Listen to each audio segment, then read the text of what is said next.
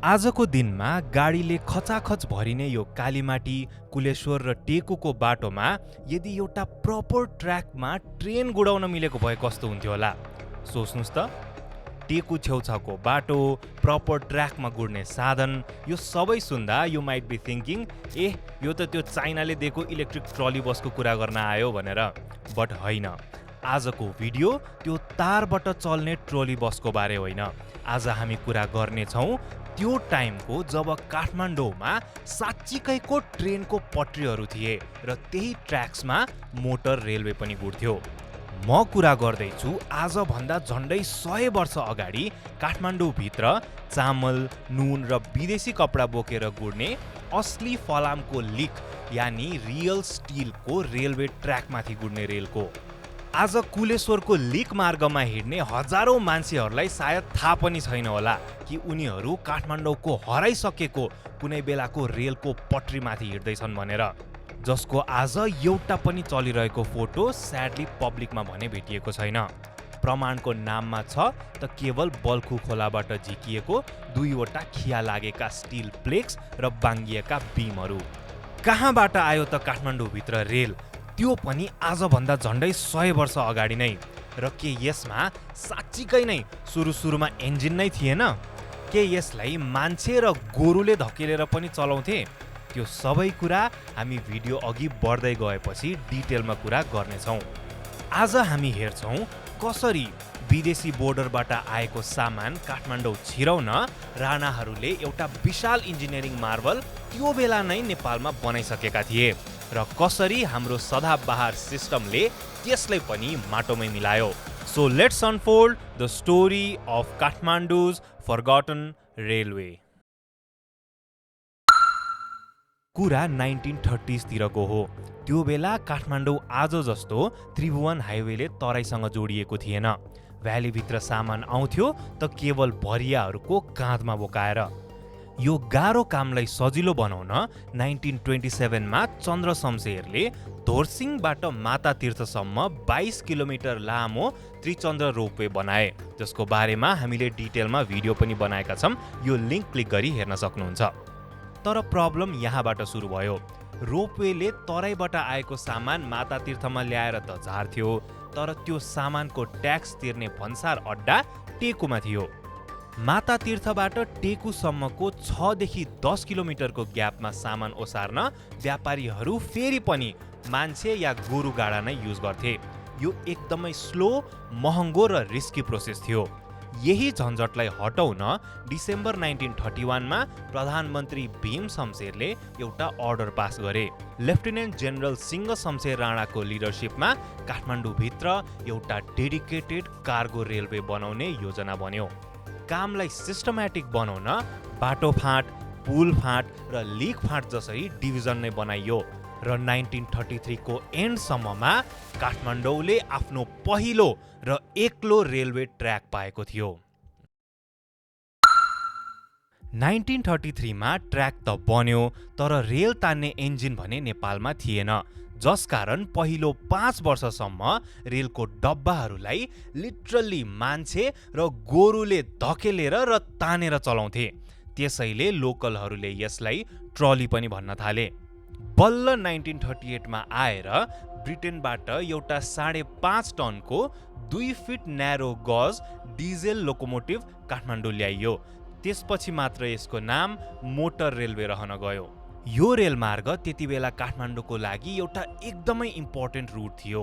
एकचोटिमा करिब 40 केजी सामान माता तीर्थबाट टेकुसम्म पुर्याउन जम्मा 50 पैसा लाग्थ्यो। तर यो स्लो एन्ड स्टेडी गुड्ने रेलको आफ्नै डार्क सिक्रेट्सहरू पनि थिए। नम्बर 1, बल्खु खोलामा यो रेल ट्र्याकको लागि एउटा फलामको पुल बनाएको थियो, तर त्यो पुल वर्षायामको ठुलो भेल धान्न नसक्ने भएर हरेक वर्ष बर्खामा त्यो पुललाई खोलेर राखिन्थ्यो र हिउँदमा फेरि जोडिन्थ्यो, मिनिङ यो रेल वर्षमा 6 महिना मात्र चल्थ्यो।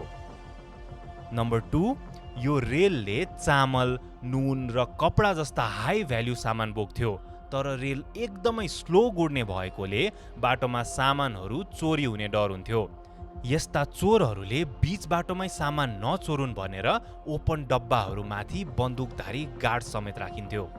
र नम्बर 3, बिस्तारै चल्दैमा यो रेल सेफ भने थिएन। जुलाई 1946 मा चामल, नुन र कपासले खचाखच भरिएको यो ट्रेन एउटा कर्भमा डिरेल हुँदा डब्बा मुनि च्यापिएर 2 जना रेलवे कर्मचारीले ज्यान पनि गुमाएका थिए। काठमाडौँको बीच बाटोमा एउटा एक्चुअल ट्रेनको इतिहास पनि थियो भन्ने कुरा आज धेरैलाई थाहा नै छैन, किनकि हाम्रो सिस्टमले यस्ता कतिपय कुराहरू डकुमेन्ट नै गरेको छैन। यस्तै हराएका, लुटिएका र लुकाइएका इतिहासहरूलाई हामी टाइम अनफोल्डमा डिटेलमा रिसर्च गरेर ल्याउनेछौँ। यदि तपाईलाई हाम्रो यो प्रयास मन परिरहेको छ भने अहिले नै च्यानललाई सब्स्क्राइब गरी हामीलाई सपोर्ट गर्नुहोला। Now back to the story. अब त्यो टाइममा भएको एउटा यस्तो रहस्यको कुरा गरौँ जसले सायद तपाईलाई पनि सोच्न बाध्य बनाउँछ। सोच्नुस् त, 4 वटा असली डिजेल इन्जिन, ठाउँ ठाउँमा बनाइएका वेयरहाउस र लगभग 10 किलोमिटर लामो फलामका ट्र्याकहरू एकाएक कसरी हराउँछ? एउटा सिङ्गो रेलवे सिस्टम कसैको गोजीमा त अड्दैन। सो कसरी हरायो त र किन आज त्यसको एउटा पनि ट्रेस बाँकी छैन? 1945 सम्ममा काठमाडौँ मोटर ट्रलीसँग 4 वटा इन्जिन थिए, तर त्यो बेला हाम्रो सिस्टममा एउटा रोग लागिसकेको थियो, जुगाड गर्ने रोग। विदेशबाट स्पेयर पार्ट्स ल्याउन गाह्रो हुँदा एउटा इन्जिन बिग्रियो भने त्यसलाई बनाउनुको सट्टा कर्मचारीहरूले त्यसकै पार्ट पुर्जा झिकेर अर्को इन्जिनमा जोड्ने गर्थे, जे कुरामा पनि जुगाड गरेर टालिन्थ्यो। तर त्यो भन्दा नि स्याड कुरा त तब हुन्छ जब यो रेल सधैँको लागि बन्द भयो र ती 4 वटा असली ट्रेन इन्जिन र त्यसका डब्बाहरू रातारात गायब भए। सरकारले त्यसलाई कबाडीमा बेच्यो या कसैले लुकाएर त्यसले आफ्नो घरको पिल्लरमा हाल्यो? त्यसको आजसम्म कुनै पनि हिसाब किताब भेटिएको छैन। पछि गएर 1970s को दशकतिर टुडिखेलको पश्चिमी भागमा 2 वटा पुरानो रेलका डब्बा और व्यागन जस्ता स्ट्रक्चरहरू बेवारिसे फालिएको भेटियो। केही इतिहासकारहरूका अनुसार ती डब्बाहरू रेलको व्यागन नभई कुनै सजावटी घर बनाउन मात्र राखिएका भनेर पनि भने। तर के ती डब्बाहरू यही काठमाडौँ मोटर रेलवेकै थियो त? के ती हाम्रा हराएको इतिहासका अन्तिम प्रमाणहरू थिए त? Nobody knows. 1950s को एन्डसम्म आइपुग्दा यो रेलवे ब्रेक इभनमै चलिरहेको थियो। तर नेपालमा नयाँ टेक्नोलोजी आएपछि पुरानोलाई अपग्रेड गर्न छोडेर कबाडीमा फाल्ने चलन छ। यहाँ पनि यस्तै भयो। 1956 मा त्रिभुवन हाइवे खुल्यो। अब ट्रकहरू सिधै तराईबाट काठमाडौँ छिराउन मिल्ने भयो। त्यहाँ माथि 1959 मा पुरानो रोपवेलाई बढाएर सिधै टेकुसम्म पुग्ने पनि बनाइयो। अनि 1964 मा आएर युएसएड को सहयोगमा हेटौडा टु काठमाडौँ नयाँ रोपवे नै बनाइयो, जसले हेटौडादेखि टेकुसम्म सामान झार्थ्यो। जब माता तीर्थमा सामान झर्न छोड्यो तब माता तीर्थबाट टेकु जाने यो रेलको काम के रह्यो त? विदेशबाट इन्जिनको स्पेयर पार्ट्स ल्याउन झन्झट थियो, सिस्टमलाई मेन्टेन गर्ने कसैलाई बालै थिएन। एकाएक काठमाडौँको एकमात्र मोटर ट्रोली रेलवे आउटडेटेड हुन थाल्यो। न त कुनै ठुलो प्रलय नै आयो, न त कुनै विरोध नै। एउटा इन्जिनियरिङ मार्वललाई साइलेन्टली मर्नलाई छोडियो र त्यसका ट्र्याकहरूलाई उखेलेर त्यसमाथि पिच गरी आज त्यहाँ लिक मार्ग बनाइयो। तर नेपालमा हराएको रेल यो एउटा मात्र होइन। हाम्रो देश एउटा टाइममा रेलवेको ग्रेभयार्ड नै थियो भन्दा पनि हुन्छ। नेपाल गभर्मेन्ट रेलवे 1927 रक्सौलबाट वीरगञ्ज हुँदै अम्लेखगञ्जसम्म चल्ने नेपालको पहिलो पब्लिक रेलवे सर्भिस, जसको सुरुको 2टा स्टिम इन्जिनको नाम नै पशुपति र गुहेश्वरी थियो। तर यो ट्रेनमा 1939 मा निकै दुःखद घटना भयो। 1530 वटा बक्समा राखेको 90 लाख रुपियाँ बराबरको इन्डियन करेन्सी कलकत्ता मिन्ट लैजाँदै गरेको एउटा स्पेशल एनजीआर ट्रेन अत्याधिक वेट भएको कारण स्पिड लिने बेला जङ्गलमा डिरेल भएर जङ्गलमा एक्सिडेन्ट भएको थियो र ट्रेनमा भएको सबै सिल्भर कोइन्स जङ्गलभरि छरपष्ट भयो। त्यसपछि जनकपुर रेलवे 1937।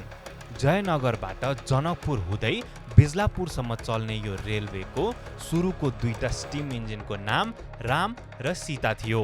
अझ रोचक कुरा, ती इन्जिनहरू जर्मनीको बर्लिनमा 1936 मा बनाइएका थिए। अनि आउँछ Koshi project railway 1958। Koshi barrage बनाउन ग्राभल, ढुङ्गा र बोल्डर बोक्ने यो रेलवे लोकलहरू बीच ढुङ्गे रेल नामले चर्चित थियो।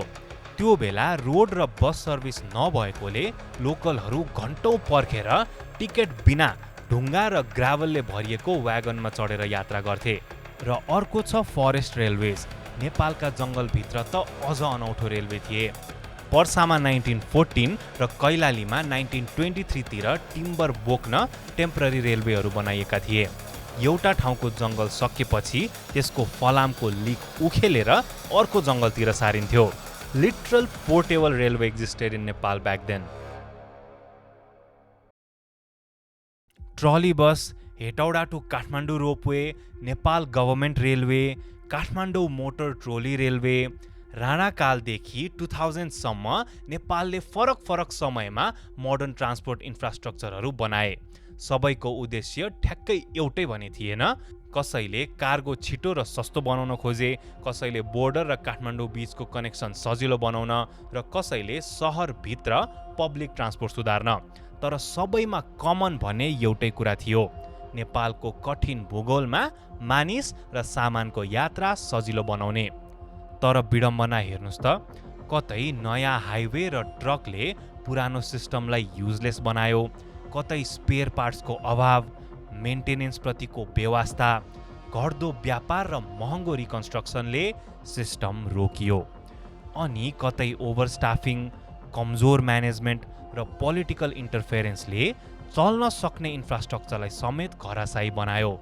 ती सबै विशाल मेसिनहरू, फलामका लिकहरू र तारहरू खिया लागेर कबाडीमा पुगे। इन्जिन, व्यागन र स्टेसनहरू इतिहासको फुटनोट्समा मात्र सीमित भए। तपाईलाई काठमाडौँको यो हराएको मोटर ट्रोली रेलवेको कथा कस्तो लाग्यो? हाम्रो नेक्स्ट भिडियोमा के इतिहासको कुरा अनफोल्ड गरेको हेर्न चाहनुहुन्छ? कमेन्ट सेक्सनमा आफ्नो विचार अवश्य राख्नुहोला। हाम्रो भिडियोलाई लाइक र च्यानललाई सब्स्क्राइब गर्न नभुल्नुहोला। Till then, keep watching time unfold.